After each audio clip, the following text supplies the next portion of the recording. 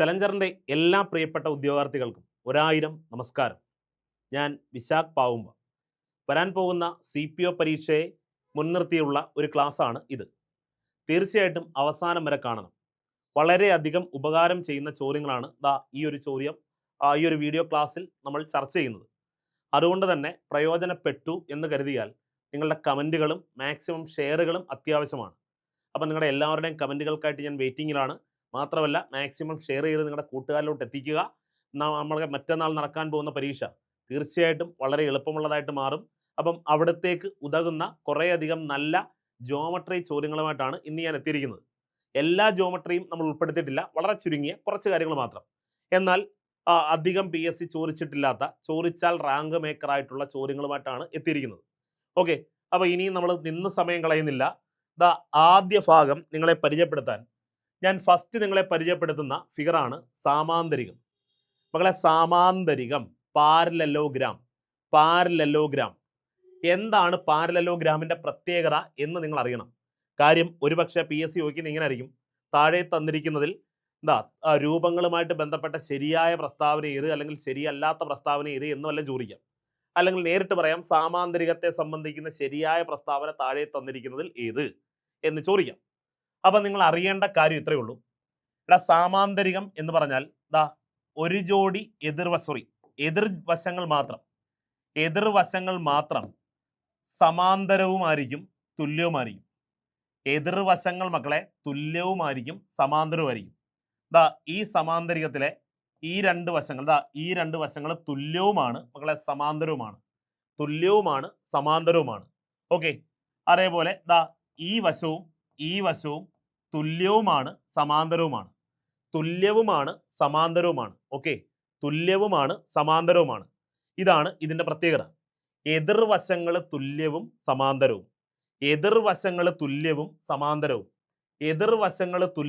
സമാന്തരവും. കുറച്ച് ആൾക്കാർ മിക്കപ്പോഴും നമ്മുടെ വീഡിയോയ്ക്ക് താഴെ പറയാറുള്ളതാണ്, സാർ ഒരുപാട് വട്ടം ഇങ്ങനെ പറഞ്ഞ് റിപ്പീറ്റ് ചെയ്യേണ്ടതാണ്. എന്നാലും കുറച്ച് പേര് പറയും സാർ റിപ്പീറ്റ് ചെയ്യണമെന്ന്. കാര്യം ഇത് ഒറ്റത്തവണ മാത്രം ക്ലാസ് കാണുന്നവരും കേൾക്കുന്നവരുണ്ട്. അവർക്ക് ഒരു തവണ കൊണ്ട് തലയിലോട്ട് ഉറയ്ക്കുന്നെങ്കിൽ ഉറച്ചോട്ടെ. മക്കളെ, ഞാൻ വീണ്ടും പറയും, നിങ്ങൾ വേണമെങ്കിൽ 1x 1.2 1.5x ഒക്കെ കണ്ടോ, കുഴപ്പമൊന്നുമില്ല. അപ്പം എതിർവശങ്ങൾ തുല്യവും സമാന്തരവുമാണ്.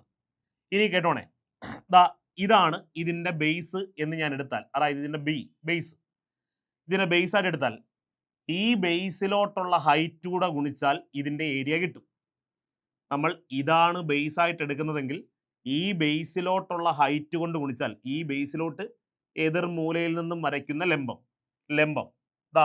ഈ രണ്ട് വശങ്ങൾ, അതായത് ഒരു ബേസും ആ ബേസിലോട്ടുള്ള ഹൈറ്റും ഗുണിച്ചാൽ നമുക്ക് അതിൻ്റെ വിസ്തീർണം കണ്ടെത്താം. അതായത് ഒരു സാമാന്തരികത്തിന്റെ വിസ്തീർണം കണ്ടെത്തുന്ന മാർഗം മക്കളെ ബേസ് ഇൻറ്റു ഹൈറ്റ്. അപ്പോൾ കുറച്ച് പേര് ചോദിക്കും ഇതിനെ ബേസ് ആയിട്ട് എടുത്തുകൂടെയെന്ന്. എടുക്കാം, ഒരു കുഴപ്പമില്ല. ഇതാണ് ബേസ് ആയിട്ട് എടുക്കുന്നതെങ്കിൽ ഈ ബേസിലോട്ട് എതിർമൂലയിൽ നിന്നുള്ള ഹൈറ്റ് കിട്ടണം. ഈ ബേസിലോട്ട് എതിർമൂലയിൽ നിന്നുള്ള ഹൈറ്റ് കിട്ടണം. അപ്പം ഇത് ബേസ് ആയിട്ട് എടുത്താൽ ഇതാണ് ഹൈറ്റ്. അപ്പം ഈ ബേസും ഈ ഹൈറ്റോടെ ഗുണിച്ചാലും നമ്മുടെ വിസ്തീർണം കിട്ടും, ഏരിയ കിട്ടും. പറഞ്ഞ മനസ്സിലായോ? ഈ ബേസും ഈ ഹൈറ്റോടെ എടുത്താലും നമുക്ക് ഏരിയ കിട്ടും. ഇനി ഈ ബേസ് ആണ് എടുക്കുന്നതെങ്കിൽ ഈ ബേസിലോട്ട് എതിർവശത്തുനിന്ന് വരയ്ക്കുന്ന ഈ ഹൈറ്റ് ഗുണിച്ചാലും നമ്മുടെ ഏരിയ കിട്ടും. അപ്പോൾ എപ്പോഴും സാമാന്തരികത്തിൻ്റെ ഏരിയ കണ്ടുപിടിക്കാൻ നിങ്ങൾ അറിഞ്ഞിരിക്കേണ്ട സമവാക്യം മക്കളെ BH. സാമാന്തരികത്തിൻ്റെ ഏരിയ കണ്ടുപിടിക്കാൻ നിങ്ങൾ അറിഞ്ഞിരിക്കേണ്ട സമവാക്യം BH. സാമാന്തരികത്തിൻ്റെ ഏരിയ കണ്ടുപിടിക്കാൻ അറിയേണ്ടത് BH. സാമാന്തരികത്തിൻ്റെ ഏരിയ BH. ക്ലിയർ? ചോദ്യം ഇങ്ങനെയാണ്: സാമാന്തരികം ABCDയിൽ AB, AD എന്നീ വശങ്ങളിലേക്കുള്ള ലംബ ദൂരങ്ങൾ 6 സെൻറ്റിമീറ്റർ, 12 സെൻറ്റിമീറ്ററും വിസ്തീർണം 96 സെൻറ്റിമീറ്റർ സ്ക്വയറും ആയാൽ ചുറ്റളവ് എത്ര? ഇതാണ് ചോദ്യം. സാമാന്തരികം ABCDയിൽ ഞാൻ നിങ്ങളെ ഒന്ന് വരച്ച് പരിചയപ്പെടുത്തി തരാം. ഇതാണ് സാമാന്തരികം ABCD. ഓക്കെ, സാമാന്തരികം ABCD. ഈ സാമാന്തരികം ABCയുടെ പേര് കൊടുക്കുക, ABCD. ഈ സാമാന്തരികം ABCDയിൽ AB ഇതാണ് മക്കളെ AB, AD ഇതാണ് മക്കളെ AD എന്നീ വശങ്ങളിലേക്കുള്ള ലംബ ദൂരങ്ങൾ കണ്ടോ, തന്നിട്ടുണ്ട് മക്കളെ. ഈ വശത്തിലോട്ടുള്ള ലംബ ദൂരം, ഈ വശത്തിലോട്ടുള്ള ലംബ ദൂരം അതായത് ഇതല്ലേ ആണ്. അതേപോലെ എ ഡി എന്നീ വശത്തിലോട്ട്, അതായത് ഇതാണ് എ ഡി, ഇവിടോട്ടല്ല ലംബ ദൂരം, ഇതല്ലേ മക്കളെ ആണ്, എന്നിവ യഥാക്രമം 6 സെന്റിമീറ്ററും 12 സെന്റിമീറ്ററും ആണ്. മാത്രവുമല്ല ഇതിന്റെ വിസ്തീർണം 96 സെന്റിമീറ്റർ സ്ക്വയർ ആണെന്നും പറയുന്നു. എങ്കിൽ ഇതിന്റെ ചുറ്റളവ് കണ്ടെത്തുക എന്നതാണ് നമ്മുടെ ചോദ്യം. ഇതിന്റെ ചുറ്റളവ് കണ്ടെത്തണം എന്ന് പറഞ്ഞ മക്കളെ ദാ ഇതും ഇതും ഇതും ഇതൂടെ കൂട്ടിയാൽ എത്ര വരുമെന്നാണ് കണ്ടെത്തേണ്ടത്. അതിനെയാണല്ലോ ചുറ്റളവ് എന്ന് വിളിക്കുന്നത്. ആണ്. ശരി, ഞാൻ ആദ്യം ദാ എ ബി എന്ന വശമുണ്ടേ, അവിടോട്ടൊരു ലംബം ഉണ്ടല്ലോ, അവിടോട്ടൊരു ലംബം ഉണ്ട് മക്കളെ, 6 സെന്റിമീറ്റർ. 6 സെന്റിമീറ്റർ നമുക്കറിയാം. ഇതൊരു ബേസാ ബി, ഞാൻ അതിനെ തൽക്കാലം ബി എന്ന് വിളിക്കുമോ. അപ്പം ഈ ബേസ് നമുക്ക് അറിയത്തില്ല, ഈ ബേസ് അറിയത്തില്ല, എന്നാൽ ഈ ബേസിലോട്ടുള്ള ഹൈറ്റ് അറിയാം. കൂടാതെ ഇതിന്റെ വിസ്തീർണവും അറിയാം. ശരിയാണോ?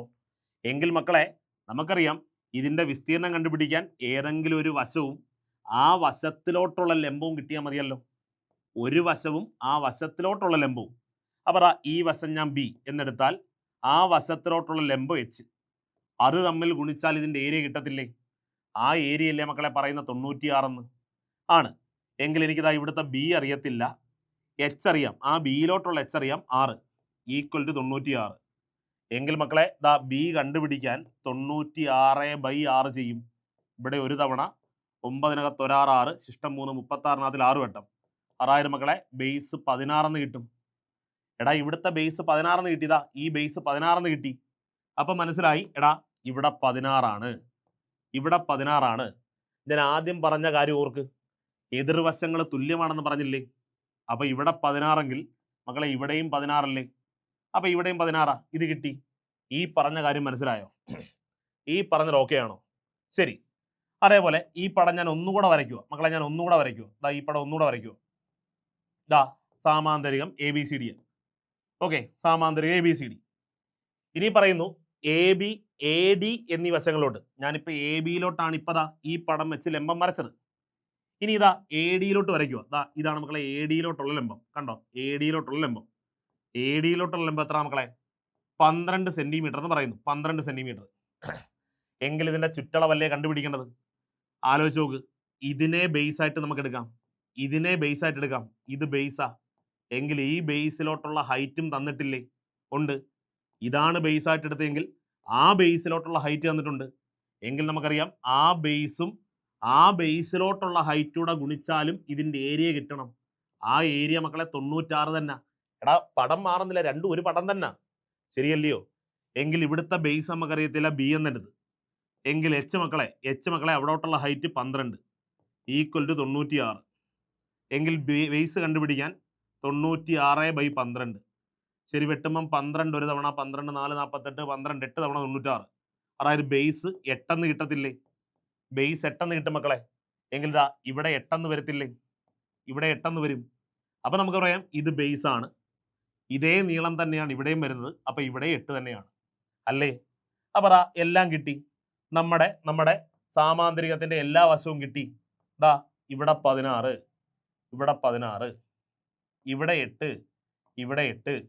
കണ്ടെത്തേണ്ടത് ചുറ്റളവ്. ഒന്നുമില്ല, നമുക്കറിയാം 16ഉം 8 കൂട്ടിയാൽ 24. അപ്പൊ വീണ്ടും 16ഉം 8 കൂട്ടിയാൽ 24. 24ഉം 24ഉം 48. ദാ ഇവന്റെ ചുറ്റളവ് 48 സെന്റിമീറ്റർ. ഇവന്റെ ചുറ്റളവ് 48 സെന്റിമീറ്റർ. ഞാൻ കുറച്ചധികം സ്റ്റെപ്പുകളൊക്കെ എഴുതി ചെയ്തതേ ഉള്ളൂ. നിങ്ങൾക്കറിയാം എടാ ഒന്നുമില്ല, BH എന്ന് പറഞ്ഞാൽ B × 6 ഈക്വൽ ടു 96. എങ്കിൽ B എന്ന് പറഞ്ഞാൽ 96/6 ചെയ്താൽ 16 കിട്ടും. ഇവിടെ 16, അവിടെ 16. ഒറ്റ സ്റ്റെപ്പിൽ ചെയ്യാവുന്നേ ഉള്ളൂ. ഞാൻ പിന്നെ നിങ്ങൾക്ക് മനസ്സിലാക്കാൻ വേണ്ടി വിശാലമായിട്ട് എഴുതി വെച്ചതേ ഉള്ളൂ. ക്ലിയർ അല്ലേ? നമ്മുടെ ശരി ഉത്തരം 48 സെന്റിമീറ്റർ ആകുന്നു. ഓക്കെ, അപ്പം പിന്നെന്താ സാമാന്തരികമായിട്ട് ബന്ധപ്പെട്ട് ഇങ്ങനെ ചോദിക്കും. ഒരു സാമാന്തരികത്തിന്റെ പാദം ബേസ് 9 സെന്റിമീറ്റർ ആണ്. അതിന്റെ ഏരിയ 81 സെന്റിമീറ്റർ സ്ക്വയർ ആയാൽ ഹൈറ്റ് എത്ര എന്ന് ചോദിക്കും. ഹൈറ്റ് സിമ്പിളാ, എന്തുവാ നമുക്കറിയാടാ, BH ഈക്വൽ ടു 81 അല്ലേ? BH അതിനകത്ത് ബിയുടെ വില അറിയാം, എച്ചിന്റെ വില കണ്ടുപിടിക്കാൻ ഇപ്പുറത്തൊന്ന് ഹരിച്ചാൽ മതി. അതൊക്കെ സിമ്പിൾ ചോദ്യം, സില്ലി ചോദ്യം. അതുകൊണ്ട് നമ്മളത് ഒഴിവാക്കി. നമ്മളിതാ അടുത്ത ഫിഗർ പരിചയപ്പെടുത്തുന്നു. സമഭുജ സാമാന്തരികം. എന്താണ് സമഭുജ സാമാന്തരികം എന്ന് ചോദിച്ചാൽ മക്കളെ എന്താണ് സമഭുജ സാമാന്തരികം എന്ന് ചോദിച്ചാൽ ദാ 4 വശങ്ങളും സമഭുജം എന്ന് പറഞ്ഞാൽ തുല്യവശം, തുല്യവശം. സമചതുരം എന്ന് പറഞ്ഞാൽ 4 വശവും തുല്യമായ ചതുരമല്ലേ? സമഭുജ ത്രികോണം എന്ന് പറഞ്ഞാലോ 3 വശവും തുല്യമായ ത്രികോണമല്ലേ? അതെ. അതായത് മക്കളെ 4 വശവും തുല്യമായ സാമാന്തരികത്തെ വിളിക്കുന്ന പേരാണ് സമഭുജ സാമാന്തരികം. 4 വശവും തുല്യമായ സാമാന്തരികത്തെ വിളിക്കുന്ന പേരാണ് സമഭുജ സാമാന്തരികം. 4 വശവും തുല്യവ, 4 വശവും തുല്യവ. ഓക്കെ ആണോ? 4 വശവും തുല്യവ. എടാ ഇതും ദാ ഇതും ദാ ഇതും ദാ ഇതും തുല്യവ. ഓക്കെ. ഇനി ദാ ഇത് മാത്രം തൽക്കാലം പഠിച്ചു വെച്ചു. ഒരു സമഭുജ സാമാന്തരികത്തിന്റെ ഇംഗ്ലീഷ് റോംബസ് എന്നാണ് കേട്ടോ. Rhombus, rhombus, rhombus. PSC ദാ റോംബസ് എന്ന വാക്ക് നേരിട്ട് വേണമെങ്കിൽ മലയാളത്തിൽ അങ്ങ് എടുത്ത് കൊടുക്കും. റോംബസ് എന്ന് പറയും. റോംബസ്. ഒരു റോംബസിന്റെ ഏരിയ അഥവാ വിസ്തീർണം കണ്ടുപിടിക്കാൻ മക്കളേതാ നിങ്ങൾ തൽക്കാലം ഇത് മാത്രം ഓർത്ത് നോക്ക്. ഈ റോംബസിന്റെ സകല ഫാക്റ്റും ഒരു 20 മിനിറ്റിൽ പറഞ്ഞു തീർക്കുന്ന ഒരു അടിപൊളി വീഡിയോ ക്ലാസ് ഞാൻ ചെയ്തിട്ടുണ്ട്. ഞാൻ ഇതിൻ്റെ താഴെ അതിൻ്റെ ലിങ്ക് കൂടെ പിൻ ചെയ്ത് വെക്കാം. ഓക്കെ, ആ ക്ലാസ്സിൻ്റെ ലിങ്ക് പിൻ ചെയ്ത് വെക്കാം. താല്പര്യമുള്ളവരൊന്ന് കണ്ടു നോക്ക്. ഇതിൻ്റെ സകല ഫാക്റ്റുകളും വളരെ നിസ്സാരമായിട്ട് നമ്മൾ പൈതഗോറ സിദ്ധാന്തം വെച്ചുകൊണ്ട് ചെയ്യുന്ന വളരെ സിമ്പിൾ മെത്തേഡ് നമ്മൾ പറഞ്ഞ് പരിചയപ്പെടുത്തിയിട്ടുണ്ട്. അതിൻ്റെ ലിങ്ക് ഞാൻ എന്തായാലും കമൻറ്റിൽ പിൻ ചെയ്ത് വെക്കാം. തീർച്ചയായിട്ടും കാണാൻ പറ്റുന്നവർ കാണുക. തൽക്കാലം ഇതിൻ്റെ ഒറ്റ ഫാക്റ്റ് മാത്രമേ ഇവിടെ നമ്മൾ പറയുന്നുള്ളൂ. ഓക്കെ, ഇത്രയേ ഉള്ളൂ. എടാ ഇത് D1 എന്ന് പറഞ്ഞാൽ ഡയഗണൽ 1, അല്ലെങ്കിൽ ഇതായിക്കോട്ടെ, ഇത് D1 ഏതെങ്കിലും എടുക്കാം, ഏത് വേണേലും എടുക്കാം. ഡയഗണൽ 1ഉം ഡയഗണൽ 2ഉം തന്നാൽ ഇതിൻ്റെ ഏരിയ മക്കളെ, ഇതിൻ്റെ ഏരിയ കണ്ടുപിടിക്കുന്ന മാർഗം ഹാഫ് D1 D2 ആണ്. തൽക്കാലം ഇതിൻ്റെ ഇപ്പോൾ ഒറ്റ ഫാക്റ്റേ പറയുന്നുള്ളൂ. എന്നാൽ ഇതിൻ്റെ സകല ഫാക്റ്റുകളും 20 മിനിറ്റ് കൊണ്ട് തീർക്കാൻ പറ്റും. അങ്ങനെ തീർത്ത വീഡിയോ ഉണ്ട്. ഒരിക്കൽ കൂടി ഓർമ്മിപ്പിക്കുന്നു. ലിങ്ക് കമൻറ്റ് ബോക്സിൽ ഞാൻ പിൻ ചെയ്ത് വെക്കും. താല്പര്യമുള്ളവർ കാണുക. ഓക്കെ, അപ്പം മക്കളെ ഏരിയ കാണുന്ന സമവാക്യം ഹാഫ് D1 D2 ആണ്. ഹാഫ് D1 D2 ആണ്. എടാ ഏരിയ കാണുന്ന സമവാക്യം ഹാഫ് D1 D2 ആണ്. 2/1 ഗുണം ഒന്നാമത്തെ ഡയഗണൽ ഗുണം രണ്ടാമത്തെ diagonal. Okay, half D1 D2. അപ്പോൾ ഒരു സമഭുജ സാമാന്തരികം അഥവാ റോംബസിന്റെ ഏരിയ കാണുന്ന സമവാക്യം ഹാഫ് D1 D2. മക്കളെ ഹാഫ് D1 D2 ക്ലിയർ? അങ്ങനെയെങ്കിൽ ദാ ഒരു സമഭുജ സാമാന്തരികത്തിന്റെ വിസ്തീർണം 96 സെന്റിമീറ്റർ സ്ക്വയറും ഒരു വികർണം 16 സെന്റിമീറ്ററും ആയാൽ അടുത്ത വികർണം എത്ര? സിമ്പിൾ അല്ലേ? ഒരു സമഭുജ സാമാന്തരികത്തിന്റെ വിസ്തീർണം തന്നിട്ടുണ്ട്, ഒരു വികർണവും തന്നിട്ടുണ്ട്, എങ്കിൽ അടുത്ത വികർണം എത്ര? നമുക്കറിയാം ഒരു സമഭുജ സാമാന്തരികമാണോ എങ്കിൽ അവന്റെ വിസ്തീർണം കാണുന്നത് ഹാഫ് D1 D2 എന്നാണ്. ഹാഫ് D1 D2 എന്നാണ്. എങ്കിൽ നമുക്കൊന്ന് വില കൊടുക്കാം. ഹാഫ് എഴുതി.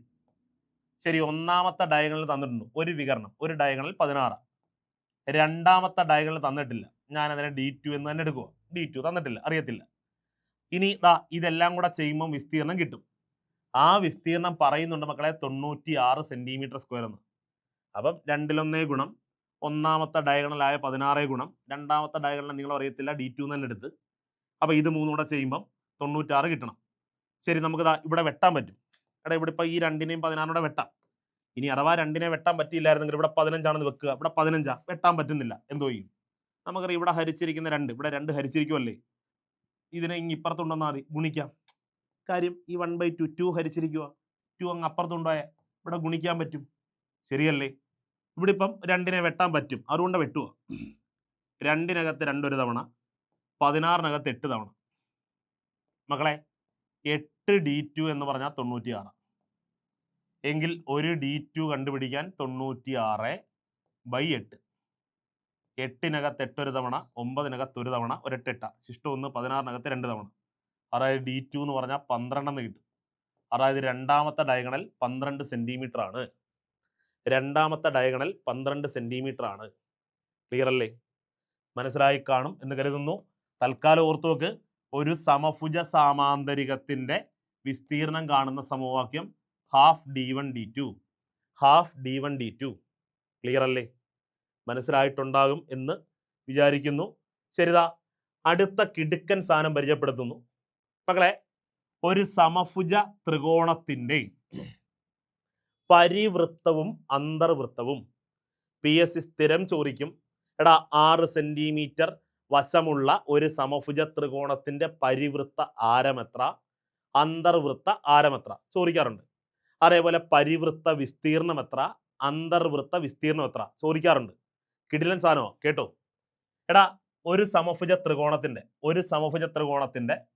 പരിവൃത്ത ആരം ചോദിക്കും, അന്തർവൃത്ത ആരം ചോദിക്കും. ഉദാഹരണം പറഞ്ഞാൽ ഞാൻ നേരത്തെ പറഞ്ഞ പോലെ എടാ 12 സെന്റിമീറ്റർ വശമുള്ള ഒരു സമഭുജ ത്രികോണത്തിന്റെ പരിവൃത്ത ആരം എത്ര, അതേപോലെ അന്തർവൃത്ത ആരം എത്ര എന്ന് ചോദിക്കും.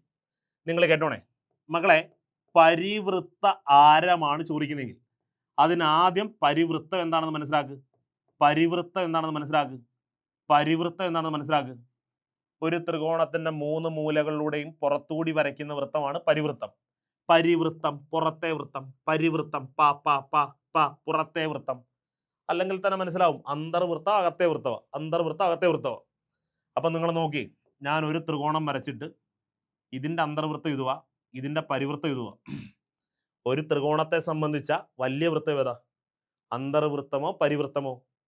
അന്തർവൃത്തമാണോ പരിവൃത്തമാണോ? പരിവൃത്തമാണ് വലുത്. പുറത്തൂടെ വരയ്ക്കുന്ന വൃത്തമാണ് വലുത് അല്ലേ?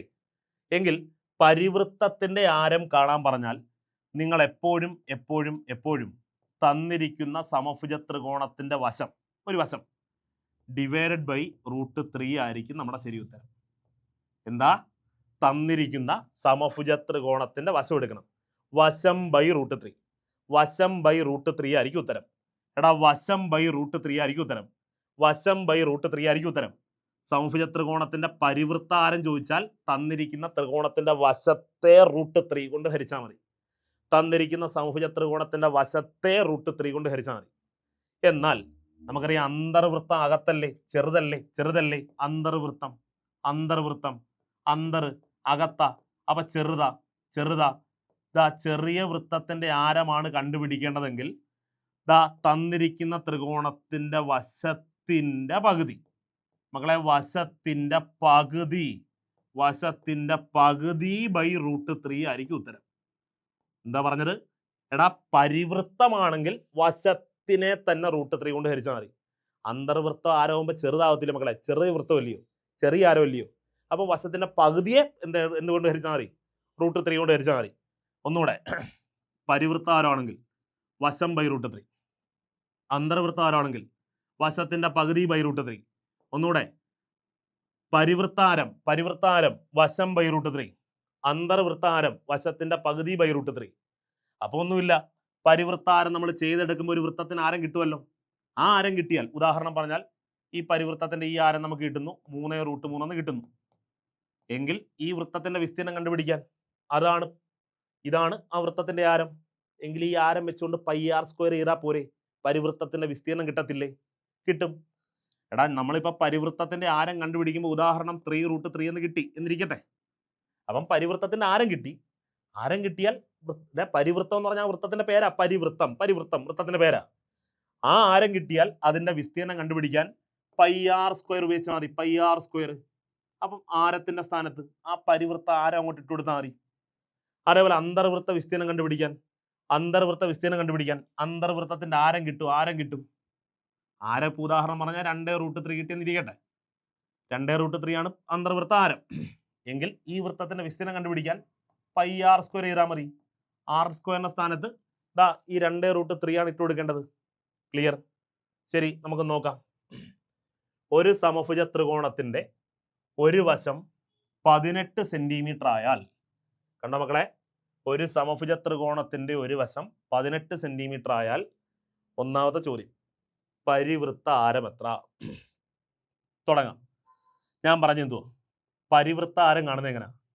തന്നിരിക്കുന്ന വശം ഡിവൈഡഡ് ബൈ √3. തന്നിരിക്കുന്ന വശം 18 ബൈ √3. പക്ഷേ ഇങ്ങനെ ഒരു ഓപ്ഷൻ കാണത്തില്ലെന്ന് എനിക്കും അറിയാം, എന്നേക്കാൾ നന്നായിട്ട് നിങ്ങൾക്കും അറിയാം. കാരണം സാധാരണ ഒരിക്കലും ഒരു ഭിന്നസംഖ്യയുടെ ഛേദമായിട്ട് ഒരു അഭിന്നക സംഖ്യ എഴുതാറില്ല, ഒരു ഇറാഷണൽ നമ്പർ എഴുതാറില്ല. എന്ന് പറഞ്ഞാൽ റൂട്ട് എഴുതത്തില്ല. അങ്ങനെ പഠിക്കും, റൂട്ട് എഴുതത്തില്ല. എടാ യഥാർത്ഥത്തിൽ ഞാൻ പറഞ്ഞത് തന്നിരിക്കുന്ന വശത്തെ √3 കൊണ്ട് ഹരിച്ചാൽ മതിയെന്ന. പക്ഷേ ഇങ്ങനെ ഒരു ഓപ്ഷൻ കാണത്തില്ല. അപ്പൊ നമുക്കറിയാം താഴത്തെ റൂട്ട് കളയണം, √3 കളയണം. എന്തോ ചെയ്യും? താഴത്തെ റൂട്ട് മാറ്റാൻ എടാ മുള്ളിനെ മുള്ളുകൊണ്ട് എടുക്കണം എന്ന് പറയുന്ന പോലെ താഴത്തെ √3 കളയാൻ √3 കൊണ്ട് മക്കളെ മുകളിലും താഴെയും ഗുണിക്കും.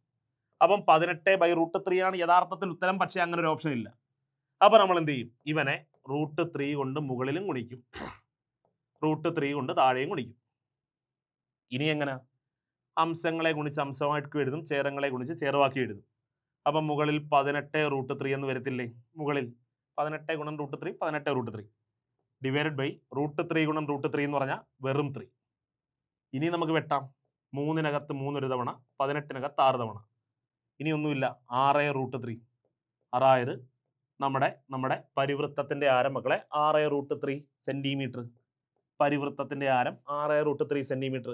അപ്പം ബൈ √3 അങ്ങ് മാറിയായിരുന്നു, കണ്ടോ? 6√3 സെന്റിമീറ്റർ.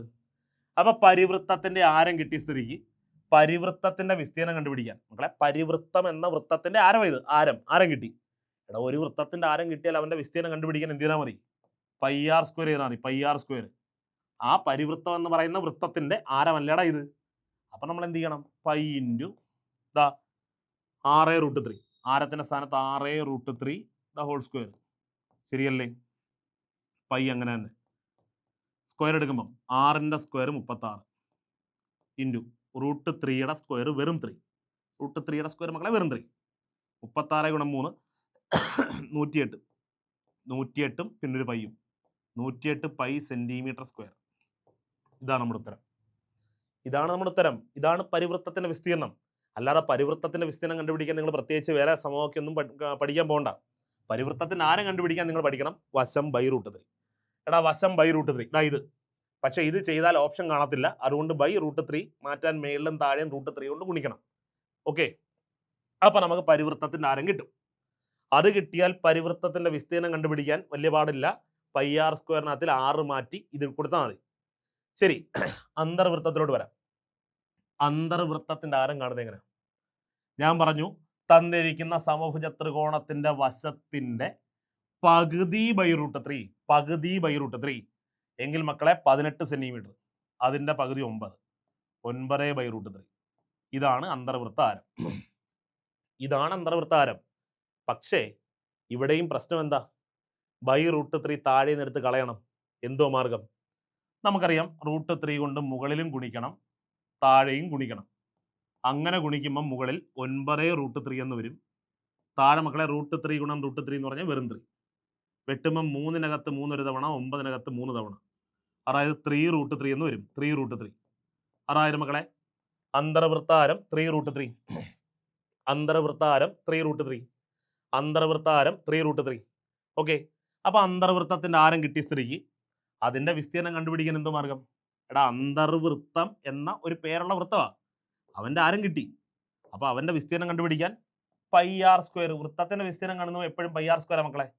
എങ്കിൽ π ഇൻറ്റു ആരത്തിന്റെ സ്ഥാനത്ത് 3√3 ഇട്ട് കൊടുക്കും. 3√3. 3√3യുടെ സ്ക്വയർ. π അങ്ങനെ തന്നെ. നമുക്കറിയാം 3ന്റെ സ്ക്വയർ 9 ഇൻറ്റു √3യുടെ സ്ക്വയർ വെറും 3. 9 3 27. 27 π സെന്റിമീറ്റർ സ്ക്വയർ. ഇതാണ് ഇതിന്റെ അന്തർവൃത്ത വിസ്തീർണം. ക്ലിയർ? പറഞ്ഞിട്ട് മനസ്സിലായോ? ചോദിച്ചിട്ടുണ്ട് ഒരു തവണ ചോദിച്ചിട്ടുണ്ട്, പരിവൃത്ത ആരവും ഒരു സമഭുജ ത്രികോണത്തിന്റെ പരിവൃത്ത ആരവും അന്തർവൃത്ത ആരവും തമ്മിലുള്ള റേഷ്യോ എത്രയാണ്? പരിവൃത്ത ആരവും അന്തർവൃത്ത ആരവും തമ്മിലുള്ള റേഷ്യോ എത്രയാണ്?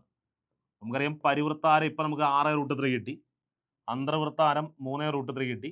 ഇത് തമ്മിലുള്ള റേഷ്യോ കണ്ടുപിടിക്കുമ്പോൾ നമുക്കറിയാം √3 വെട്ടിക്കളയാം. 6:3 എന്ന് പറഞ്ഞാൽ മക്കളെ 2:1 എന്ന് വരും. 2:1. ഇത് ഓർത്ത് വെച്ചോ കേട്ടോ, ഇതുകൂടെ ഓർത്ത് വെച്ചോ. ഒരു സമഭുജ ത്രികോണത്തിന്റെ പരിവൃത്താരത്തിന്റെ മക്കളെ പരിവൃത്താരത്തിന്റെ പകുതി ആയിരിക്കും അന്തർവൃത്താരം, അല്ലേ? ആണ്. എടാ, പരിവൃത്താരത്തിന്റെ പകുതി. കാര്യം 2:1. പരിവൃത്താരം 2 റേഷ്യോ എങ്കിൽ അന്തർവൃത്താരം 1 റേഷ്യോ ഉള്ളു, 2:1. മക്കളെ 2:1 കണ്ടോ? പരിവൃത്താരത്തിന്റെ പകുതി ആയിരിക്കും അന്തർവൃത്താരം, അന്തർവൃത്താരത്തിന്റെ ഇരട്ടി ആയിരിക്കും പരിവൃത്താരം. കാര്യം റേഷ്യോ 2:1. നിങ്ങൾ ഏത് ചെയ്താലും 2:1 വരും. ക്ലിയർ? ഒരു സമഭുജ ത്രികോണത്തിന്റെ ചുറ്റളവ് 36 സെന്റിമീറ്റർ ആയാൽ നമ്മളിപ്പോ ചെയ്ത പോലെ എല്ലാം ചെയ്യാൻ പോവാ. പരിവൃത്താരം കാണാൻ പോവാ. പരിവൃത്താരം അതിന് തന്നിരിക്കുന്നത് സമഭുജ ത്രികോണത്തിന്റെ ചുറ്റളവ്. സമഭുജ ത്രികോണത്തിന്റെ ചുറ്റളവ് എന്ന് പറഞ്ഞ മക്കളെ, സമഭുജ ത്രികോണത്തിന് ഇത് എ, ഇത് എ, ഇത് എ, അതായത് 3A ആണ് തന്നിരിക്കുന്ന 36. എങ്കിൽ ഒരു എ, അതായത് ഒരു വശം എന്ന് പറഞ്ഞാൽ 36/3, 12 എന്ന് വരത്തില്ലേ? എടാ വശം 12 എന്ന് കിട്ടത്തില്ലേ? തന്നിരിക്കുന്ന മക്കളെ ചുറ്റളവാണ് 36, എങ്കിൽ ഒരു വശം 12 എന്ന് കിട്ടും. എങ്കിൽ തുടങ്ങാം. പരിവൃത്താരം കണ്ടുപിടിക്കാൻ വശം √3, 12/√3 കാണത്തില്ലല്ലോ. നമ്മൾ എന്ത് ചെയ്യും? √3 കൊണ്ട് മേളിൽ ഗുണിയും താഴെയും ഗുണിക്കും. മേളിൽ 12/√3, താഴെ വെറും 3. ഇവിടെ ഒരു തവണ, ഇവിടെ 4 തവണ. നമ്മുടെ ശരി ഉത്തരം 4√3. പരിവൃത്താരം കിട്ടിയല്ലോ. പരിവൃത്തത്തിന്റെ വിസ്തീർണം കണ്ടുപിടിക്കാം. എന്ത് മാർഗം? πr². എങ്കിൽ π ഇൻറ്റു ആരത്തിന്റെ സ്ഥാനത്ത് 4√3യുടെ സ്ക്വയർ, π ഇൻറ്റു 4ന്റെ സ്ക്വയർ 16, √3ന്റെ സ്ക്വയർ 3, 16 × 3 48, 48 π സെന്റിമീറ്റർ സ്ക്വയർ. കഴിഞ്ഞ്. അടുത്ത അന്തർവൃത്താരം കാണാൻ എന്തോ പറഞ്ഞേ? വശത്തിന്റെ പകുതി, വശം 12, പകുതി 6, വശത്തിന്റെ പകുതി √3. ഓക്കെ, √3 താഴെ കാണത്തില്ല. അപ്പൊ √3 കൊണ്ട് മേളിലും ഗുണിക്കും, √3 കൊണ്ട് താഴെ ഗുണിക്കും. മേളിൽ 6√3, താഴെ √3 × √3 വെറും 3. വെട്ടുമ്പം 3 ഒരു തവണ, 6ൽ 2 തവണ, 2√3. ഓക്കെ, അപ്പൊ അന്തർവൃത്താരവും കിട്ടി. കണ്ണു അടച്ച് അന്തർവൃത്ത വിസ്തീർണം എന്തുവാ? πr². ശരിയാണോ? π അങ്ങോട്ട് എഴുതി. ആരത്തിന്റെ സ്ഥാനത്ത് മക്കളെ 2√3, അതിന്റെ സ്ക്വയർ π എഴുതി. 2ന്റെ സ്ക്വയർ 4, √3ന്റെ സ്ക്വയർ വെറും 3, 4 × 3 12, 12 π സെന്റിമീറ്റർ സ്ക്വയർ. സിമ്പിൾ. ഒറ്റ മിനിറ്റ് കൊണ്ട് പടപടപടാന്ന് പറഞ്ഞ് എല്ലാം ചെയ്യാം. സിമ്പിൾ അല്ലേ? ക്ലിയർ അല്ലേ? മനസ്സിലായി കാണും എന്ന് കരുതട്ടെ. അടുത്ത ആളുകളെ പരിചയപ്പെടുത്തുന്നു. ചതുരക്കട്ട, ചതുരക്കട്ട. എന്താണ് ഇവരെ കുറിച്ച് പറയാനുള്ളത് എന്ന് ചോദിച്ചാൽ മക്കളെ, ഒരു ചതുരക്കട്ടയുടെ സമചതുരക്കട്ടയുടെ എല്ലാം നമുക്കറിയാം. സമചതുരോ ഇവിടെ എ ആണ്, എല്ലാ എ ആണ് അല്ലേ? അതുകൊണ്ട് ഇതിന്റെ ഉപരിതല വിസ്തീർണം കാണുന്നത് എങ്ങനെയാണെന്ന് ചോദിച്ചാൽ, ഉപരിതല വിസ്തീർണം മക്കളെ, ഉപരിതല വിസ്തീർണം കാണുന്നത് ഇങ്ങനെയാണ്. ഒരു മുഖം A², ഒരു മുഖം എ സമചതുരോ, അതിന്റെ വിസ്തീർണം കാണുന്ന A² അല്ലേ? അങ്ങനെയുള്ള 6 മുഖം വരുമ്പോൾ 6A². ഒരു സമചതുരക്കട്ടയുടെ ഉപരിതല വിസ്തീർണം കാണാൻ 6A². ഓക്കെ, ഇനി ഒരു സമചതുരക്കട്ടയുടെ വ്യാപ്തം കാണാൻ A³ അതായത് വശം ഗുണം വശം എന്ന് പറഞ്ഞാൽ നീളം ഗുണം വീതി ഗുണം ഉയരം. നീളവും എ, വീതിയും എ, ഉയരവും എ. അപ്പൊ A ഗുണം A³. ഇനി ഏറ്റവും പ്രധാനപ്പെട്ട കാര്യം, ഇതിൽ വളയ്ക്കാതെ വെക്കാൻ കഴിയുന്ന ഏറ്റവും വലിയ വടിയുടെ നീളം ചോദിക്കും. എന്ന് പറഞ്ഞാൽ ലോങ്ങസ്റ്റ് ഡയഗണൽ. ഇതിന്റെ ലോങ്ങസ്റ്റ് ഡയഗണൽ ചോദിക്കും മക്കളെ. ലോങ്ങസ്റ്റ് ഡയഗണൽ ഒരു സമചതുരക്കട്ടയുടെ ലോങ്ങസ്റ്റ് ഡയഗണൽ ഒന്നുമില്ല, A√3. അതായത് വശം എ എങ്കിൽ അതിനോടൊപ്പം √3 ഗുണിച്ചാൽ മാത്രം മതി. വശം എ ആണെങ്കിൽ അതിനോടൊപ്പം √3 ഗുണിച്ചാൽ മാത്രം മതി. A√3. ഒരു സമചതുരക്കട്ടയുടെ വശം എ ആണെങ്കിൽ അതിന്റെ ഏറ്റവും നീളം കൂടിയ വികരണം A√3. വശം എ ആണെങ്കിൽ അതിന്റെ ഏറ്റവും നീളം കൂടിയ വികരണം A√3. ക്ലിയർ? ഒന്നുകൂടെ, സമചതുരക്കട്ടയുടെ ഉപരിതല വിസ്തീർണം പറ. ഒരു മുഖത്തിന്റെ വിസ്തീർണം A². അപ്പൊ 6 മുഖോടെ ചേർത്താണ് നമ്മൾ അതിനെ ഉപരിതലം എന്ന് വിളിക്കുന്നത്, 6A². വ്യാപ്തം പറ, A³. ഓക്കെ, ഇനി ലോങ്ങസ്റ്റ് ഡയഗണൽ പറ, A√3. ശരി, ചതുരക്കട്ട കണ്ടാൽ മനസ്സിലാവുമല്ലോ. ഇതിന്റെ ഉപരിതല വിസ്തീർണം മക്കളെ, നമ്മൾ കഴിഞ്ഞ ദിവസം ഒരു ക്വസ്റ്റ്യൻ പേപ്പർ സോൾവ് ചെയ്തപ്പോൾ നമ്മൾ ചെയ്ത് കാണിച്ച വീഡിയോ ക്ലാസ് കാണാത്തവർ നിർബന്ധമായിട്ടും കാണണേ. ഉപരിതല വിസ്തീർണം 2 ഇൻറ്റു മക്കളെ, ഇവിടെ നീളമുണ്ട്, ഇത് വീതിയാണ്, ഇത് ഉയരമാണ്. 2 into LB plus BH plus LH. കണ്ടോ? ഉപരിതല വിസ്തീർണം കാണുന്നത് എങ്ങനെ? 2 into L B plus B H plus L H. എടാ ഈ രണ്ട് അക്ഷരങ്ങൾ ചേർത്ത് പറഞ്ഞാൽ മതി. പറ. 2 into L B plus B H plus L H. പറ. 2 into L B plus B H plus L H. പറ. എടാ ഈ രണ്ടക്ഷരം എൽ ബി, അടുത്ത ബി എച്ച്, പിന്നെ എൽ എച്ച്. കണ്ടോ? അതാണ് ഇതിൻ്റെ ഉപരിതല വിസ്തീർണം. ഇനി ഇതിൻ്റെ വ്യാപ്തം കണ്ടുപിടിക്കാൻ മക്കളെ, വ്യാപ്തം കണ്ടുപിടിക്കാനൊന്നുമില്ല. നീളം ഗുണം വീതി ഗുണം ഉയരം. ഇവിടെ പറഞ്ഞ പോലെ ഇവിടെ നീളം എ, വീതി എ, ഉയരം എ. ഇവിടെ നീളം എൽ ആണ്, വീതി ബി ആണ്, ഉയരം എച്ച് ആണ്. മൂന്ന് ആൾക്കാരാണ്. അപ്പോൾ എൽ ബി എച്ച്. അപ്പോൾ ഇതിൻ്റെ വ്യാപ്തം കാണാൻ എൽ ബി എച്ച്. ഇനി കേട്ടോണേ, ഇതിൻ്റെ ലോങ്ങസ്റ്റ് ഡയഗണൽ മക്കളെ, ലോങ്ങസ്റ്റ് ഡയഗണൽ എന്ന് പറഞ്ഞാൽ ഇതിൽ വളയ്ക്കാതെ വെക്കാൻ കഴിയുന്ന ഏറ്റവും വലിയ വടിയുടെ നീളം കണ്ടുപിടിക്കാൻ root of the L square plus B square plus H square. ഇതാണ് സമവാക്യം. മറന്നു പോരുത്. Root of L square plus B square plus H square. പറ മക്കളെ, root of L square plus B square plus H square. ഒന്നുകൂടെ പറ. Root of L square plus B square plus H square. ഇത് okay ആണോ? ശരിതാ. 8 centimetre വശമുള്ള ഒരു സമചതുര കട്ടയുടെ എല്ലാം കാണാൻ പോവുക. എന്തൊക്കെയാ? ഉപരിതല വിസ്തീർണം, വ്യാപ്തം, ലോങ്ങസ്റ്റ് ഡയഗണൽ. പറ. ഉപരിതല വിസ്തീർണം കാണാൻ സമചതുര കട്ടയാ.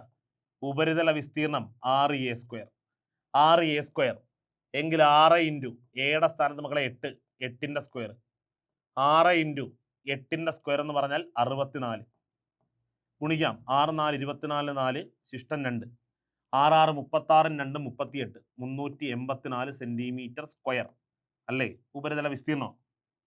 വ്യാപ്തം കണ്ടുപിടിക്കാൻ സമചതുരക്കട്ടയുടെ വ്യാപ്തം കാണാൻ A cube.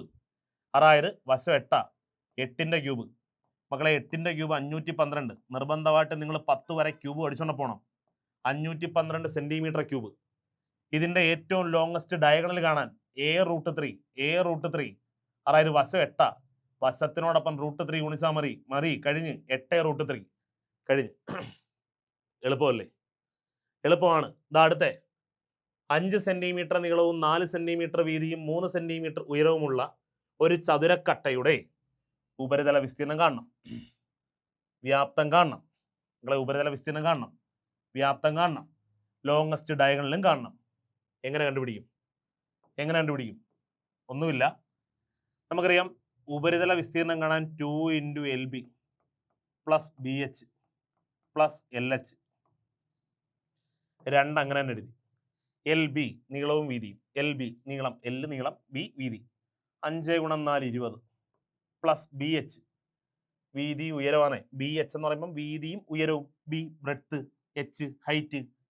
4 × 3 12 plus L H നീളവും ഹൈറ്റും. 5 × 3 15. അപ്പോൾ നോക്കാം 2 ഇൻറ്റു 20 15 35 45 2 47 എന്ന് വരും. 7 2 14 ശിഷ്ടം 1 4 2 8 1 9 94 സെന്റിമീറ്റർ സ്ക്വയർ ആണ് ഇതിന്റെ ഉപരിതല വിസ്തീർണം. Okay, 94 centimetre square. വ്യാപ്തം മക്കളെ എങ്ങനെ കാണുന്നത്? എൽ ബി എച്ച് നീളം ഗുണം വീതി ഗുണം ഉയരം. അപ്പം നീളം 5, വീതി 4, ഉയരം 3. 5 × 4 20, 20 × 3 60 സെന്റിമീറ്റർ ക്യൂബ്. വ്യാപ്തവാ, സെന്റിമീറ്റർ ക്യൂബാ. ശരി, ലോങ്ങസ്റ്റ് ഡയഗണൽ കാണണം, നീളം കൂടിയ വികരണം കാണണം, ഏറ്റവും വലിയ വികരണം. Root of L square plus B square plus H square. ശരി, എൽ എന്ന് പറഞ്ഞാൽ മക്കളെ എത്ര? നീളം 5. അപ്പോൾ 5ൻ്റെ സ്ക്വയർ ഞാൻ അങ്ങ് എഴുതുവാണേ, 25 പ്ലസ് ബി എന്ന് പറഞ്ഞാൽ 4. അപ്പം 4ൻ്റെ സ്ക്വയർ എഴുതണം. 4ൻ്റെ സ്ക്വയർ 16 പ്ലസ് എച്ച് എന്ന് പറഞ്ഞാൽ 3. മക്കളെ 3ൻ്റെ സ്ക്വയർ 9. ശരി, നമുക്കറിയാം റൂട്ട് ഓഫ് ഇത് 3 കൂടെ കൂട്ടുവാണേ മറക്കല്ലേ. Root of L square plus B square plus H square എന്നാണേ. കൂട്ടുമ്പോൾ മക്കളെ 50 എന്ന് വരും. റൂട്ട് 50. റൂട്ട് 50നെ ഇവിടെ തന്നെ ഇട്ട് ഫാക്ടറൈസ് ചെയ്യാം. ഏതെങ്കിലും മക്കളെ ഏതെങ്കിലും ഒരു പെർഫെക്റ്റ് സ്ക്വയറിന്റെ ഗുണിതമാക്കി എഴുതാൻ പറ്റുമോ? ഏതെങ്കിലും ഒരു പൂർണ്ണവർഗ സംഖ്യയുടെ ഗുണിതമാക്കി എഴുതാൻ പറ്റുമോ? പറ്റും. പറ്റും. എത്രന്റെ? 25 എന്ന പൂർണ്ണവർഗത്തിന്റെ ഗുണിതമാണ് 50. 25ന്റെ. അപ്പൊ റൂട്ട് ഓഫ് 25 ഇൻറ്റു 2 എന്ന് എഴുതാം. 25 ഇൻറ്റു 2 എന്ന് എഴുതാം. അപ്പൊ നമുക്കറിയാം റൂട്ട് ഓഫ് 25 എന്ന് പറഞ്ഞാൽ എത്ര മക്കളെ? 5. Root of 25 5 into root of 2 എന്ന് പറഞ്ഞാൽ റൂട്ട് 2 തന്നെ. 5 റൂട്ട് 2. എങ്കിൽ ലോങ്സ്റ്റ് ഡയഗണൽ ലെങ്ത് 5 റൂട്ട് 2 ആണ്. 5 റൂട്ട് 2 ആണ് നമ്മുടെ ശരി ഉത്തരം. പറഞ്ഞത് മനസ്സിലായോ? ക്ലിയർ അല്ലേ? ഓക്കെ ആണെന്ന് കരുതുന്നു. ശരി, ദാ ഇനി അടുത്ത ചോദിക്കാൻ ചാൻസ് ഉള്ള ഐറ്റം ഗോളം. നമ്മളെ അത്യാവശ്യം എല്ലാം തൊട്ടുവിടുക. ഗോളം മക്കളെ, ഗോളത്തിന്റെ ഉപരിതല വിസ്തീർണം ചോദിക്കാറുണ്ട്. ഉപരിതല വിസ്തീർണം.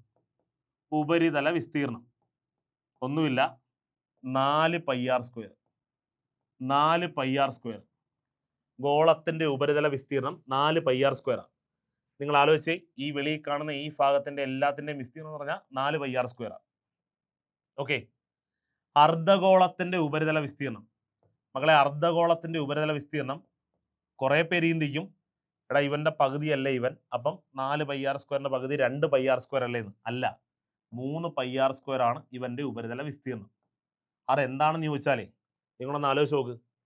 ഈ ഒരു ഭാഗത്തിന്റെ വിസ്തീർണം ചേരും. നമുക്കറിയാം, എടാ ഒരു ഗോളം, ഇതിനെ കറക്റ്റ് ഇതാ, ഇത് 2 പൈ ആർ സ്ക്വയറും മക്കളെ, ഇത് 2 പൈ ആർ സ്ക്വയറുവാ, ഇത് 2 പൈ ആർ സ്ക്വയറുവാ. ഓക്കെ, ഇതിന്റെ വിസ്തീർണം 2 പൈ ആർ സ്ക്വയറും ഇതിന്റെ വിസ്തീർണം 2 പൈ ആർ സ്ക്വയറുവാ. അപ്പം ഇതിന്റെ കറക്റ്റ് പകുതി ദാ ഇത്രയും ഭാഗത്ത് 2 പൈ ആർ സ്ക്വയർ വരുന്നുണ്ട്. കൂടാതെ മക്കളെ ഈ ഒരു ഭാഗം തെളിഞ്ഞു നിൽക്കത്തില്ലേ? ഒരു ഷോർട്ട് പുട്ടിനെ കറക്റ്റ് നടുക്ക് വെച്ച് നമ്മൾ ഛേദിച്ചാൽ ഈ ഒരു ഭാഗം കാണാൻ പറ്റത്തില്ലേ? അതൊരു വൃത്തമല്ലേ? അതൊരു വൃത്തമല്ലേ? അവനൊരു വിസ്തീർണമില്ലേ? കാര്യം അവനെ നമുക്ക് തൊടാനും പറ്റും, കാണാനും എല്ലാം പറ്റും, താഴെ വെക്കാൻ പറ്റും. അപ്പൊ അതും പുറം ഭാഗത്ത് വരുന്നയാ. അപ്പൊ അവന്റെയും കൂടെ വിസ്തീർണം എടുക്കണം. അപ്പൊ നമുക്കറിയാം, ഇവിടെ ഒരു ഗോളം മൊത്തമാണെങ്കിൽ ദാ ഈ വരയ്ക്ക് മേളിൽ 2 പൈ ആർ സ്ക്വയറും വരയ്ക്ക് താഴെ 2 പൈ ആർ സ്ക്വയറും മൊത്തം 4 പൈ ആർ സ്ക്വയറാ. അപ്പം യഥാർത്ഥത്തിൽ ദാ ഇവിടെ 2 പൈ ആർ സ്ക്വയർ വരും. പിന്നെ ഈ വൃത്തം എന്ന് പറയുന്ന ഒരു പൈ ആർ സ്ക്വയറാ. അപ്പൊ ഈ 2 പൈ ആർ സ്ക്വയറും ഇതൊരെണ്ണോടെ ചേർന്ന് മൊത്തം 3 പൈ ആർ സ്ക്വയർ ആവും. മൊത്തത്തിൽ അവന്റെ ഉപരിതല വിസ്തീർണം 3 പൈ ആർ സ്ക്വയർ ആവും. ഈ പറഞ്ഞത് മനസ്സിലായോ? ഈ പറഞ്ഞത് പിടികിട്ടിയോ? ഓക്കെ. അപ്പൊ ഇവന്റെ ഗോളത്തിന്റെ ഉപരിതല വിസ്തീർണം 4 pi R square. 4 pi R square. അർദ്ധഗോളത്തിന്റെ ഉപരിതല വിസ്തീർണം 3 പൈ ആർ സ്ക്വയർ. ഗോളത്തിന്റെ ഉപരിതല വിസ്തീർണം 4 പൈ ആർ സ്ക്വയർ. അർദ്ധഗോളത്തിന്റെ ഉപരിതല വിസ്തീർണം 3 പൈ ആർ സ്ക്വയർ. ഓക്കെ. ഇനി ഗോളത്തിന്റെ വ്യാപ്തം മക്കളെ, ഗോളത്തിന്റെ വ്യാപ്തം ദാ ഇവിടെ 4. ഗോളം മൊത്തം 4 തുടങ്ങുന്ന വിചാരിക്കും. ഗോളം മൊത്തം 4 തുടങ്ങുന്നത്. 4/3 pi R cube. 4/3 pi R cube. ഗോളത്തിന്റെ വ്യാപ്തം 4/3 പൈ ആർ ക്യൂബ്. അർദ്ധഗോളത്തിന്റെ വ്യാപ്തം മക്കളെ, അർദ്ധഗോളത്തിന്റെ വ്യാപ്തം ഇവന്റെ കറക്റ്റ് പകുതിയായി ഇവന്റെ കാര്യം, ഇവനകത്ത് കൊള്ളുന്നതിന്റെ കറക്റ്റ് പകുതി അവിടെ കൊള്ളത്തുള്ളൂ. അപ്പം 4/3 പകുതി. 4/3 പകുതി എന്ന് പറഞ്ഞാൽ അതിനെ 1/2 കൊണ്ട് ഗുണിച്ചാൽ മതി. അപ്പൊ എന്ത് വരും? 2/3 എന്ന് വരും. 4/3 പകുതി എന്ന് പറഞ്ഞാൽ 1/2 കൊണ്ട് ഗുണിച്ചാൽ മതിയല്ലോ. അപ്പൊ 2/3 വരും. അപ്പം അർദ്ധഗോളത്തിന്റെ വ്യാപ്തം 2/3 പൈ ആർ ക്യൂബ്. കണ്ടോ? 2/3 പൈ ആർ ക്യൂബ്. മാറിപ്പോരുത്. ഗോളത്തിന്റെ രണ്ടും തുടങ്ങുന്നത് 4-ലാണെന്ന് ഓർക്ക്. 4-ൽ. അപ്പം ഉപരിതല വിസ്തീർണമാണെങ്കിൽ 4 pi R square. 4 pi R square. വ്യാപ്തമാണെങ്കിൽ 4/3 pi R cube. 4/3 pi R cube. അപ്പൊ ഇത് 4 പൈ ആർ സ്ക്വയർ എങ്കിൽ പലരും പറയും അവിടെ 2 പൈ ആർ സ്ക്വയർ വരത്തുള്ളൂ. അല്ല, അവിടെ 3 പൈ ആർ സ്ക്വയർ വരുന്നത് മനസ്സിലായോ? ശരി. ഇനി ഈ വ്യാപ്തം കാര്യം നമുക്കറിയാം, ഒരു മുഴുവൻ തേങ്ങയെ കൊള്ളുന്ന വെള്ളത്തിന്റെ പകുതിയല്ല അരമുറി തേങ്ങയെ കൊള്ളത്തുള്ളൂ. ശരിയാണോ? അപ്പം എന്തായാലും ഇതിന്റെ കറക്റ്റ് പകുതിയെ അവിടെ വ്യാപ്തം വരത്തുള്ളൂ. വ്യാപ്തം അങ്ങനെ വരത്തുള്ളൂ. അപ്പൊ 4/3 പകുതി. 4/3 പകുതി എന്ന് പറഞ്ഞാൽ അതിനെ 2-ൽ കൊണ്ട് ഗുണിച്ചാൽ മതി. അപ്പൊ ഇവിടെ 2 ഒരു തവണ, 4-നകത്ത് 2 തവണ. 2/3 കണ്ടോ? 2/3 പൈ ആർ ക്യൂബ്. ഓക്കെ, മനസ്സിലായി കാണും എന്ന് കരുതുന്നു. 36 പൈ സെന്റിമീറ്റർ ഉപരിതല വിസ്തീർണമുള്ള കട്ടിയായ ഒരു ലോഹഗോളം 2ആയി മുറിച്ചാൽ ഒരു ഭാഗത്തിന്റെ ഉപരിതല വിസ്തീർണം എത്ര? ഉപരിതല വിസ്തീർണം കണ്ടോ മക്കളെ? 36 പൈ സെന്റിമീറ്റർ ഉപരിതല വിസ്തീർണമുള്ള കട്ടിയായ ഒരു ലോഹഗോളം. നോക്ക് എടാ 36 പൈ സെന്റിമീറ്റർ ഉപരിതല വിസ്തീർണം ഉണ്ടേ. 36 പൈ സെന്റിമീറ്റർ ഉപരിതല വിസ്തീർണം ഉണ്ടേ. ഈ ഗോളത്തെ രണ്ടായിട്ട് മുറിക്കുന്നു. കണ്ടോ മക്കളെ, ഇവിടെ ഇങ്ങനെ ഒരെണ്ണം മുറിക്കുന്നു, അത് ബാക്കി ഇങ്ങനെ ഒരെണ്ണം മുറിക്കുന്നു. കണ്ടോ, രണ്ടാക്കി മുറിക്കുന്നു. എങ്കിൽ ഒരു ഭാഗത്തിന്റെ ഉപരിതല വിസ്തീർണം എത്ര എന്നാണ് കണ്ടുപിടിക്കേണ്ടത്. ഒന്നുമില്ല, നമുക്കറിയാം ഇത് മൊത്തം ഗോളമായിട്ടിരുന്നപ്പം ഇതിന്റെ ഉപരിതല വിസ്തീർണം 4 പൈ ആർ സ്ക്വയർ അല്ലേ. 4 പൈ ആർ സ്ക്വയർ അല്ലേ. കുറച്ച് പേരിനകത്ത് 6 കണ്ടുപിടിക്കാൻ പോകും, നമ്മൾ അങ്ങനെ ചെയ്യാൻ പോകത്തില്ല. എടാ വലിയ യഥാർത്ഥ ഗോളത്തിന്റെ വിസ്തീർണം, ഉപരിതല വിസ്തീർണം 4 പൈ ആർ സ്ക്വയറാണ്. ആ 4 പൈ ആർ സ്ക്വയർ തന്നിട്ടുണ്ട് 36 പൈ എന്ന്. 36 പൈ എന്ന് കണ്ടുപിടിക്കേണ്ടത് ഇത് മുറിച്ചാൽ ഉണ്ടാകുന്ന ഒരു ഭാഗത്തിന്റെ എന്ന് പറഞ്ഞാൽ ഒരു അർദ്ധഗോളത്തിന്റെ ഉപരിതല വിസ്തീർണം. അത് നമുക്കറിയാം മുറിച്ചാൽ 3 പൈ ആർ സ്ക്വയർ ആയിട്ട് മാറും ഒരെണ്ണത്തിന്റെ വിസ്തീർണം. ശരിയാണോ? എടാ ഗോളമായിരുന്നപ്പോൾ അതിന്റെ ഉപരിതല വിസ്തീർണം 36 പൈ. കണ്ടോ, ഗോളമായിരുന്നപ്പം. അപ്പൊ ഗോളമായിരുന്നപ്പോൾ അതിന്റെ വിസ്തീർണം കാണുന്നത് 4 pi R square. 4 pi R square. എങ്കിൽ അർദ്ധഗോളമാകുമ്പോൾ അതിന്റെ വിസ്തീർണം 3 പൈ ആർ സ്ക്വയർ ആയിട്ട് മാറും. എങ്കിൽ 3 പൈ ആർ സ്ക്വയർ എത്ര എന്നങ്ങ് കണ്ടുപിടിച്ചാൽ പോരായ മക്കളെ. എടാ 4 പൈ ആർ സ്ക്വയർ 36 പൈ എങ്കിൽ 3 പൈ ആർ സ്ക്വയർ എത്ര അളവേ? കണ്ടുപിടിക്കാൻ ഒന്നുമില്ല, ക്രോസ് ഗുണിച്ചാൽ മതി. ദാ രണ്ട് സംഖ്യ വന്നിരിക്കുന്ന മുകളിൽ എഴുതും. അതായത് 3 pi R square into 36 pi. ഇനി ഈ പൈ ആർ സ്ക്വയർ എഴുതണമെന്നും ഇല്ല, 4 എഴുതി 3 എഴുതി ക്രോസ് ഗുണിച്ചാൽ മതി. Divided by 4 pi R square താഴെ വരും. പൈ ആർ സ്ക്വയറും പൈ ആർ സ്ക്വയറും വെട്ടിക്കളയാം. 4-നകത്ത് 4 ഒരു തവണ, 36-നകത്ത് 9 തവണ. ഇനി വെട്ടാനൊന്നുമില്ല. 9 3 27. പിന്നെ ഇവിടെ ഒരു പൈ ഉണ്ട്, 27 പൈ. ഇതാണ് നമ്മുടെ ശരി ഉത്തരം. ഇതാണ് നമ്മുടെ ശരി ഉത്തരം. അല്ലാതെ 6 കണ്ടുപിടിച്ചൊക്കെ വരുമ്പോഴത്തേക്കും നേരം വെളുക്കും, നമ്മൾ ഒന്നുമില്ല, ക്രോസ് ഗുണിക്കും. ഗോളമായിരുന്നപ്പോൾ 4 പൈ ആർ സ്ക്വയർ ഉണ്ടായിരുന്നു, അതാണ് 36 പൈ. അതിനെ മുറിക്കുമ്പോൾ അത് അർദ്ധഗോളമായി, അപ്പോൾ അതിന്റെ ഉപരിതല വിസ്തീർണം 3 പൈ ആർ സ്ക്വയർ ആകും. അത് എത്ര എന്നറിയാൻ ക്രോസ് ഗുണിച്ചാൽ മതി. ക്ലിയർ? ഓക്കെ അല്ലേ? അടുത്തൊരു ചോദ്യം. 6 സെന്റിമീറ്റർ ആരമുള്ള കട്ടിയായ ഒരു ലോഹഗോളം ഉരുക്കി അതേ പാത ആരമുള്ള ഒരു വൃത്ത സ്തൂപിക ഉണ്ടാക്കുന്നു. സ്തൂപികയുടെ ഉയരം എത്രയായിരിക്കും? 6 സെന്റിമീറ്റർ ആരമുള്ള മക്കളെ, 6 സെന്റിമീറ്റർ ആരമുള്ള കട്ടിയായ ഒരു ലോഹഗോളം ഉരുക്കി, ഒരു കട്ടിയായ ഒരു ലോഹഗോളം ഉരുക്കി ഒരു വൃത്ത സ്തൂപിക ഉണ്ടാക്കുന്നു. ഒരു വൃത്ത സ്തൂപിക, ഇതാണ് വൃത്ത സ്തൂപിക. അതേ ആരമുള്ള മക്കളെ, അതേ ആരോ അന്നേരം പാറ ആരം, അതേ ആരോ, അതേ പാറ ആരമുള്ള വൃത്തസ്തൂപിക ഉണ്ടാക്കുന്നു. എങ്കിൽ സ്തൂപികയുടെ ഉയരം എത്രയായിരിക്കും എന്നാണ് കണ്ടെത്തേണ്ടത്. നിങ്ങൾ എപ്പോഴും മനസ്സിലാക്കേണ്ടത്, ഒന്ന് കട്ടിയായ ഒരു സാധനം ഒരുക്കി മറ്റൊരു സാധനമാക്കുമ്പോൾ ഇവരുടെ വ്യാപ്തങ്ങൾ തുല്യമായിരിക്കും.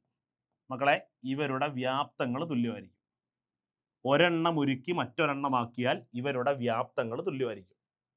6 സെന്റിമീറ്റർ ആരമുള്ള ലോഹഗോളം ഒരുക്കി പാറ ആരം 6 സെന്റിമീറ്റർ ഉള്ള ഒരു വൃത്ത സ്തൂപിക ഉണ്ടാക്കിയത്.